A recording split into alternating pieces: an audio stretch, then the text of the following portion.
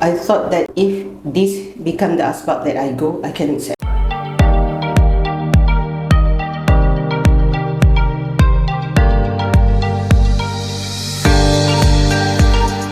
Assalamualaikum, welcome back to our Safe Space podcast by Women Wealth Workshop. Today is our episode 8, part 1, where today we have a very beautiful special guest in and out. If it wasn't because of this woman, I and Women Wealth wouldn't be here today. She's none other than my Cikgu Al-Quran, Cikgu Nor'azah, from also our cohort 6 Women Wealth Workshop. Welcome, Cikgu. Thank you. It's such an honor to have you here because seriously, if I can just look back, it all started from you. I just got back from Umrah. I duduk bawah lorong pandang Kaabah, and I passed by tempat hari tu, and I macam, oh, that was the place where I reflected on the riba which you first highlighted to me. So dia macam a lot of memories. Jadi Cikgu, of course today is not about me. Today I really want to get to know your story, and so that other women can also understand your perspective on what we're going to discuss tonight. Tapi sebelum tu Cikgu cuba introduce diri Cikgu. I'm Nor'azah. I used to be a nutritionist with a multinational company for over 20 years before I left the company in 2014 to become a full-time Quran teacher. MashaAllah. Can you maybe share a little bit that hijrah? Because you were with MNC, you were paid well, I'm sure. Well, you can see I left a 5-figure job. Oh, that's a lot. For today, 5 figures is a lot. Well, I found my big why after my mother passed away, because in my mind she was more prepared to the akhirah than me, because she was a Quran teacher. She taught the kids in the kampung mengaji, and she was a teacher in a sekolah. So that inspired me, and I found my calling, my big why then. And I said, at that time I was still traveling the world because of my job, and I said, when I retired, I want to go back home to Muar and teach Quran. Wah, Syed Sadiq. Itulah, nak teach Quran to the kids in Muar. And I think because when you niat macam tu, Allah datangkan jalannya. Not long after that, I heard on the radio, FM, that the founder of Al-Baghdadi talk about the Quran teaching, and they were looking for people to open up branches. So me and my sibling, I went to the course of how to teach with Al-Baghdadi method, and Allah permudahkan lagi, we had a promotion to open up a branch. So our first branch was in 2013 in Muar. And you have many branches now. I have 4.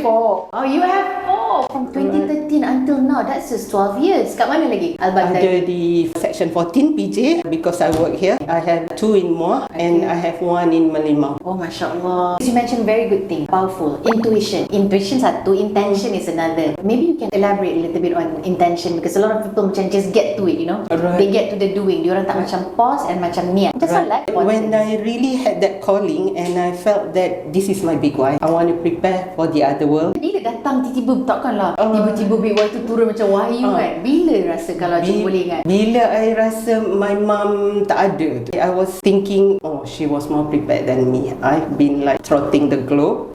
Didn't make any preparation, and that is when I made the niat, and Allah datangkan jalannya. Jalan tu datang macam mana ya? Daripada dengar radio tu lah. Macam tu je. Since then, there are many instances that when I face challenge, I really talk to him. Bila percakapan tu, the monologue came out dari hati yang sangat tulus, I think selalu Allah datangkan jalannya. Cepat dan mudah. Ya, Allah permudahkan. So now, let's talk about niat. I know you, and you were my cikgu at a time where I was lost. Really lost. Saya selalu kata mengajar ni ibarat lilin yang membakar diri. So you lah lilin tu cikgu, to be very honest. And I just want to thank you for doing that, for pointing out something to me that was very powerful. 2018, kita tengah baca Al-Quran, baca surah Al-Baqarah, and then you randomly ask me, Aisyah, what unit trust funds do you sell? Dengan selambanya I cakap, conventional. And then you said, oh, kenapa tak jual Islamic? And I said, oh, because my clients want conventional, better return. And then you paused, and then you said to me, I think you should look into Islamic. And then malam tu you hantar WhatsApp to me. You said you asked your friend, and your friend kata she should do Islamic. But I never listened to that. But that has always been at the back of my mind. It triggered you. First time in my life orang cakap pasal riba. You know what? I just mentioned your name recently, yesterday I think, because we started our Tadarus Ramadan, and we just passed that surah Al-Baqarah that talks about riba. So I told my students, I said, this ayah talk about riba, and there was a story that my student, we came across this ayat. Now she is running her own finance advisory for women. Everything comes full circle lah, actually. And it all started from this lilin yang you had no obligation pun to tell me, but you pointed it out because I didn't know what I didn't know then. Cikgu, your journey kan as a teacher, maybe you can share a little bit. Someone corporate from MNC see full swing, akhirat, full on. How was the journey like from 2013 up until now? What were the things that you needed to trade off atau give up? Yang to some people macam gila dia ni, but to you it made perfect sense to let it go. If you talk about the financial aspect, before I left, I did have some buffer. But after some times, you begin to think that this buffer is diminishing. As usual, you talk to Allah. Again, Allah gave the way in a sense that suddenly it appears on my FB timeline that actually there is a way you can take your account from EPF to settle your second house if the condition is this,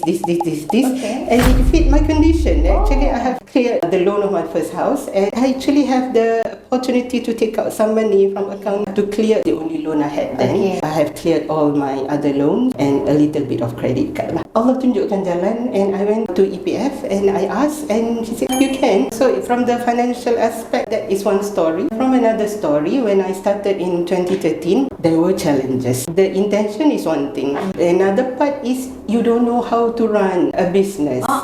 In the first place, I don't have the head for businesses. But you have the heart to teach kan? Right. Dah okay dah. Check. Business mind tu belum. At that time, FB ads ni belum lagi aktif sangat. There were times when I start a new intake, a few intakes in fact, nobody came. But at that time, you were still working. Until one night, I had a monologue with Allah. How is the monologue? Sebab orang selalu rasa disconnect. Macam nak cakap dengan Allah atas sejadah. Macam mana cikgu monologue? Lepas solat tahajud macam tu kan, I talk to Allah. I said, Ya Allah, rasanya jalan yang aku pilih ni betul dah. Cuma I admit that I don't know the way how to tell people that I have this service to mengajar ngaji. At the same time, I admit that ayat 2 surah Al-Ankabut yang kata you cannot assume that you can go to heaven by just mengaku beriman tanpa diuji. So I told Allah, if this is your trial, Ya Allah, I will accept and I won't back up. Again, when you say it out dengan hati yang sangat tulus, Allah datangkan jalannya. Tak lama lepas tu,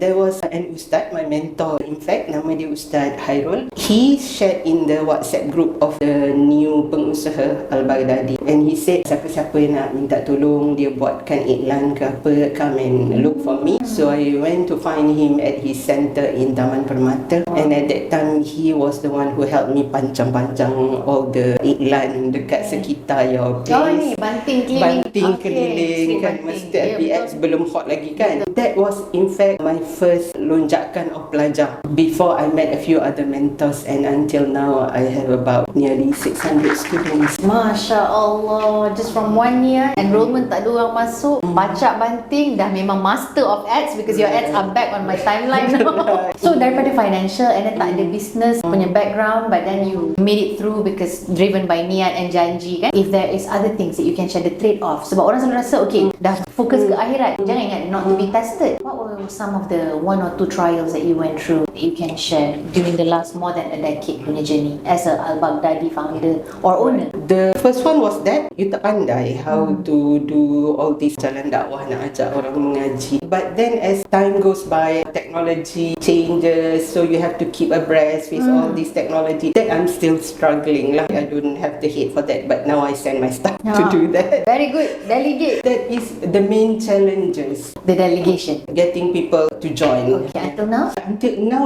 it has improved a lot. And I find that all our effort is actually just asbab. Once you talk to Allah dengan sangat tulus, most of the time it's just the law of attraction macam tu kan. Tapi kita bergantung pada Allah lah. I find that it works for me time and time again. You're not scared at all? No, since my tawakal tu sangat tinggi. The latest example was this morning when I checked in from KK. You know, you scan your phone for the luggage check-in, and I put it on the bench on the station dia tu. I forgot about my phone. Then I tertinggal kat situ. I pergi solat. After solat, I teringat phone. Then I immediately talk to Allah. I said, Ya Allah, pagi tadi aku buat benda ni, tolong adik tu ambilkan trolley. Then I happen to give COD guys some infak lah. Masa dia call cakap hantar barang, I said, if those things, if I can tawassul to you, please bring back my phone.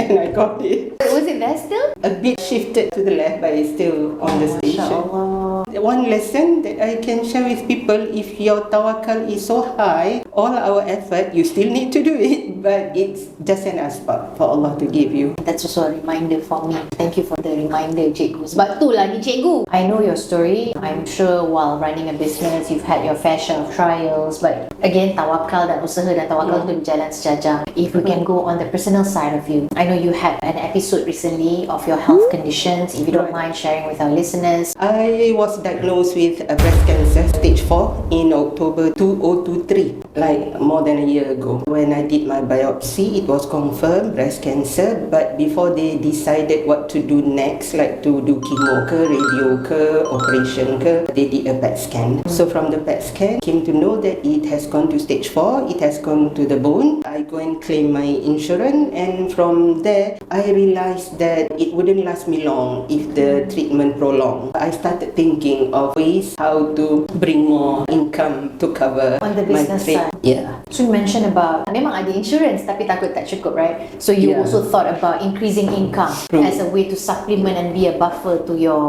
current medical insurance. So if you can walk us through, kan, just flashback as to your journey when that news was given to you. When I first knew I was diagnosed with breast cancer, somehow I didn't break down. I thought that if this become the asbab that I go, I can accept. Because Allah all this while has been very kind to me. He has given me almost all that I want. But selagi ada nyawa, I thought kenalah usaha. Dan selagi ada nyawa, I took it as this is a reminder. My time might not be as long as other people. So I have to fastabiqul khairat, berlumba-lumba berbuat baik, because I want to go there as an abrar. Abrar is? Orang yang berbakti. My intention is to stay in Firdaus. And I realised that if your goal is Firdaus, your trial bukan biasa-biasa. Oh, jadi trial pun luar Yes, biasa. I need to work extra hard to memberi manfaat as much as I can. I also want to compose myself. I suddenly lost my train of thoughts because just witnessing you talking about this so calmly, when you had your medical, you had your income and whatnot, the journey going through and recovering, how did that affect your career, your personal, your financial? Financially, I'm still looking for platform to increase the income for investment. Other than that, I'm still putting an effort to do more, to contribute more to the society for my preparation to the other world. That's my goal. Have you ever thought about, macam, because you mentioned increasing income, kan? So I'm just looking at the low hanging fruit lah,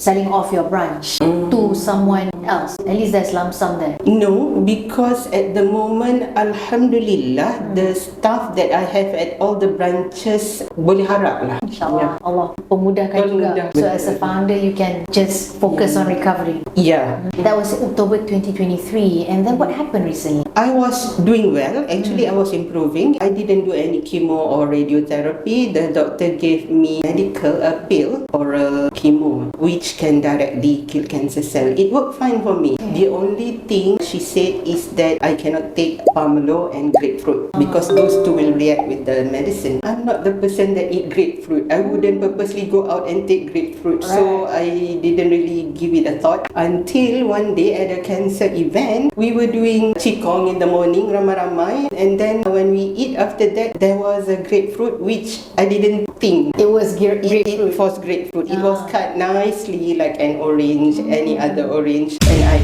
added nak dijadikan cerita. The next PET scan in October last year, the cancer recurred. Before that, I was improving well. What were some of the adjustments that you needed to do from October 2023 up until now? Very closely as before, except for the makan lah, memang kena jaga lah. I cut gula, I don't eat rice as much, so I actually lost like 10 kilo now since 1 year ago. Because you mentioned a very good point earlier about insurance or medical coverage. How is that coming along? Medical coverage, actually, because I got it one lump sum. There is a good thing about it because you can adjust whatever treatment that you want to take. I got it one lump sum. I use it as and when appropriate for the treatment. You memang focus on the treatment lah, but then on your personal side, that one comes from the business stuff. Right. Dua benda I can belajar from cikgu punya journey. Medical, pampasan critical illness ke apa, anything from insurance takaful, focus on the recovery. Tapi our livelihood and whatnot, bills, hutang, take from your income, whether Correct. salary or in your case a business owner.